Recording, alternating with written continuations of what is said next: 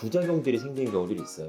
또 한 6주, 8주를 복용하다 보면 또 저절로 극복이 되는 경우, 이런 발기부전제들이 그런 산화질소의 레벨들을 같이 증강을 시켜줘요. 우선 전립선 비대 진단이 됐을 때는요, 특정한 경우를 제외하고는 약물 치료를 이제 처음에 시도를 하게 됩니다. 약들이 다양해요. 전립선을 치료를 할 때. 그래서 하나씩 좀 언급을 좀 해드릴 건데, 이제 전립선 비대가 있게 되면 전립선 비대 조직들이 이제 요도를 압박을 해주겠죠. 그럼 당연히 이 요도 압박을 좀 풀어줄 수 있는, 요도를 좀 넓혀줄 수 있는 약제를 사용해 줄 수 있는 좋겠죠. 근데 그게 알파 차단제라고 하는 이제 약물입니다. 그래서 알파 차단제라고 하는 거는 이제 알파 수용체가 전립선에 많이 분포가 되어 있고요. 또 이 방광목에도 많이 이제 분포가 되어 있기 때문에 배뇨 장애를 호소하시는 여성의 경우에도 사실 이런 약제들을 많이 쓰고 있고요. 그래서 그런 알파 수용체를 차단을 해주는 알파 차단제를 사용하게 됨으로써 요도를 이제 넓혀줄 수 있는 효과를 볼 수 있습니다. 그래서 알파 차단제가 있는데, 알파 차단제는 한 6가지 있습니다. 뭐 나프토피딜이라는 성분, 또 탐슬로신이라는 성분도 있고요. 실로도신이라는 성분, 알프조신이라는 성분, 독사조신, 그 다음 마지막으로 테라조신, 이렇게 한 6가지 정도의 성분이 있어요. 근데 그 각 성분마다 요도를 좀 넓혀줄 수 있는 이제 그런 강도라든지 이제 정도가 좀 다 다릅니다. 환자분들마다 드시는 그런 알파 차단제가 좀 달라질 수밖에 없게 되고요. 알파 차단제는 요도를 넓혀주는 효과를 이제 봐야 되는, 이제 주는 이제 그런 약인데, 흔하진 않지만 이제 생길 수 있는 그 부작용들이, 첫 번째는 이제 역행성 사정이 있고, 두 번째는 기립성 저혈압이라는 증상이 있고, 세 번째는 코도 좀 붓고 눈도 좀 붓고 하는 경우들이 좀 있어요. 그래서 대표적으로는 이제 역행성 사정과 기립성 저혈압이 있는데, 역행성 사정은 우리가 사정을 했는데 사정액이 안 보이는 거예요. 역행하는 거죠. 사정액 자체가 요도 밖으로 해서 분출이 돼야 되는데 오히려 방광 안쪽으로 역행한다라고 해서 이제 역행성 사정이라고 하게 되고, 역행성 사정은 뭐 사실 건강에 대해서 뭐 문제를 일으키거나 뭐 그렇지는 않습니다. 소변이 식혀져서 다 이제 분출이 되는 건데, 우리가 치료를 하다 보면 내가 어떤 사정을 했을 때 사정액이 안 나오면 상당히 좀 불쾌하거나 좀 느낌이 좀 찝찝한 경우들이 있게 되거든요. 그래서 그런 증상들이 생기는 것 때문에 좀 환자분들이 약물 치료를 좀 꺼려 하시는 경우도 있긴 하지만, 이제 그런 역행성 사정들이 또 약마다 좀 생길 수 있는 강도가 좀 더 달라요. 그래서 알파 차단제를 드시면서 역행성 사정이 있을 때는 약물을 좀 바꾸거나 이제 그렇게 진료를 보셔서 이제 조정을 해보시면 좋을 것 같고, 두 번째 이제 기립성 저혈압은 내가 앉았다가 일어나거나 뭐 누웠다가 일어난다든지 이제 그런 어떤 행위 변환이 있을 때 좀 어지러운 거예요.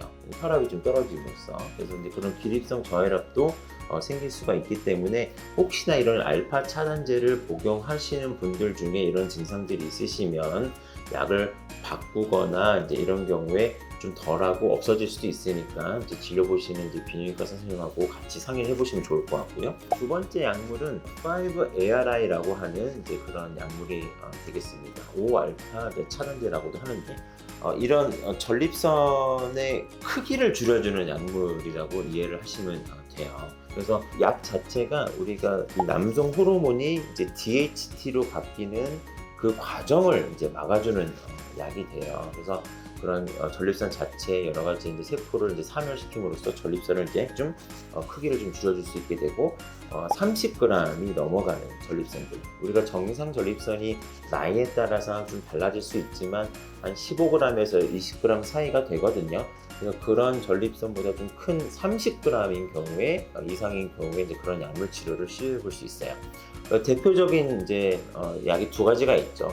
그래서 성분은 피나스테라이드라고 하는 성분도 있고, 또 두 번째는 두타스테라이드라고 하는 성분들도 있습니다. 피나스테라이드와 이제 두타스테라이드의 이제 양갈래로 이제 그렇게 약들이 이제 있고요. 그런 약들이 효과들은 이제 좋고 하지만 부작용들이 생기는 경우들이 있어요. 대표적으로 이제 성욕 감퇴, 좀 성감이 떨어지거나 내가 어떤 성욕이 떨어지는 증상들과 발기력이 좀 약해지는 경우들이 좀 있거든요. 그래서 그런 경우들이 문헌상에서는 한 3% 내외 정도 보고가 되고 있는 것 같아요. 근데 이제 환자분들이 그런 약을 드셨을 때 그런 증상들이 생기면 상당히 좀 거부감이 처음에 심할 수 있게 됩니다. 왜냐면 성욕감퇴나 이제 그런 발기력이 떨어지게 되면 남성분들은 활력이 떨어짐으로써 일상생활에 상당히 불편함을 느낄 수 있거든요. 약제들이 이제 그런 부작용을 생길 수 있지만 또 한 6주, 8주를 복용하다 보면 또 저절로 극복이 되는 경우들도 있고요.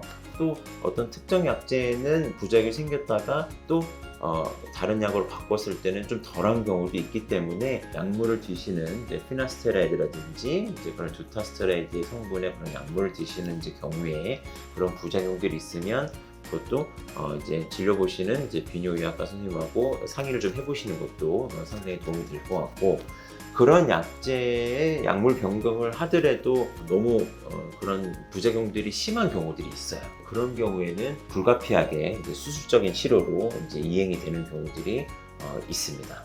세 번째는 우리가 이제 방광이 있고 이제 전립선이 있으면 이렇게 전립선 비대 조직이 발달되면서 방광을 밀고 올라오는 부분들 때문에 생기는 과민성 방광 증상들이 있거든요. 그래서 그런 과민성 방광 증상들을 같이 잡아줄 수 있는 그런 약제들이 있어요. 대표적으로 뭐 방광의 용적을 이제 늘려줄 수 있는 이제 미라데그론이라는 성분의 약제들도 있을 수 있고요. 또 유명한 항콜린제들, 방광벽이 예민한 거를 또 가라앉혀줄 수 있는 이제 그런 항콜린제들도 있고요. 또 심지어는 조절이 잘 안 되는 경우에는 이제 항우울제도 그런 과민성 방광에도 효과가 있기 때문에 좀 복합적으로 이용을 하게 돼요. 근데 항콜린제 같은 경우에는 이제 대표적으로 이제 어떤 입이 마른다든지 좀 소화가 안 된다든지 또 변비가 좀 발생을 할 수 있기 때문에 이제 그런 과민성 방광 약들 중에서 항콜린제를 드시는 경우에는 이제 그런 부작용이 생길 수도 있으니 이제 그런 부작용들이 있으면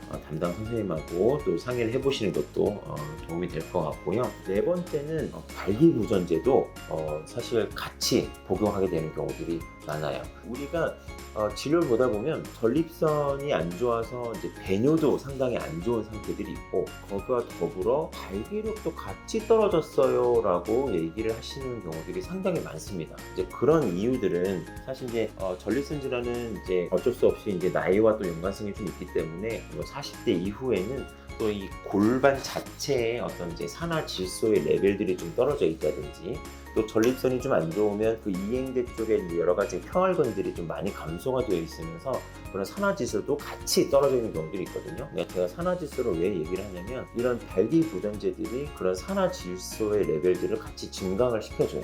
그래서 발기를 유지를 시켜주게 되거든요. 그래서 그런 역할들을 전 발기부전제를 이제 합니다. 그래서 우리가 그런 시알리스라는 성분 또는 자이데나라고 하는 지금 상품명인데요. 그런 타다라필이라든지 유데나필 같은 그런 성분을 저용량으로 같이 먹게 되면 방금 말씀드렸던 그런 이유를 통해서 요도도 좀 같이 넓어지는 이제 그런 효과를 줄 수 있어요. 그래서 아까 처음에 말씀드렸던 그런 알파 차단제의 부작용이 있으신 분들이 있어요.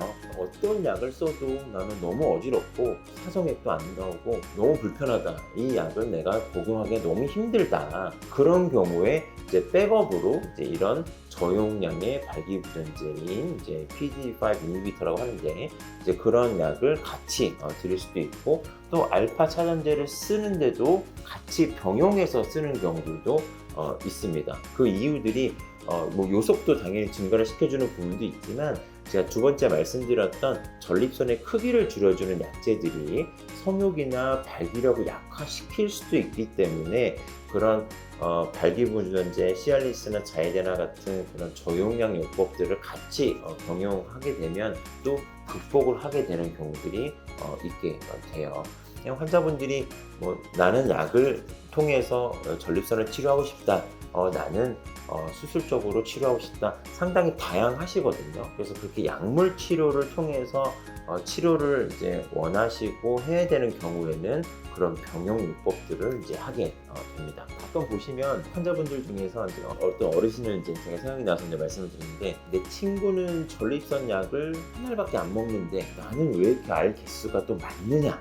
라고 이제 질문하시는 경우들이 좀 있어요. 그래서 이제 이 전립선 자체가요, 재밌는 게 전립선의 어떤 총 부피에 비례해서 무조건 증상들이 악화가 되는 것도 아니고, 전립선 상태나 거기에 따른 방광 상태, 또 환자 개개인의 어떤 성향에 따라서도 증상들이 상당히 좀 다양해질 수가 있기 때문에, 거기에 맞춰서 약물 치료를 하다 보면 같은 전립선이어도 또 증상이 달라서 이제 드시는 그런 복용약 개수가 또 달라지는 경우도 있거든요. 그래서 내가 드시는 개수가 친구분들에 비해서 더 많다고 해서 내가 꼭 더 중하거나 그러지는 않는 거기 때문에, 본인들이 드시는 그런 알 개수에 대해서 너무 민감하게 생각 안 하셨으면 좋겠고요. 너무 이제 알 개수가 본인이 감당하기에 너무 많은 것 같다, 이제 그렇다면 이제 각각 약에 대한 어떤 그런 기전이나 설명들을 드시면 훨씬 더 이해가 더 잘 될 수도 있고,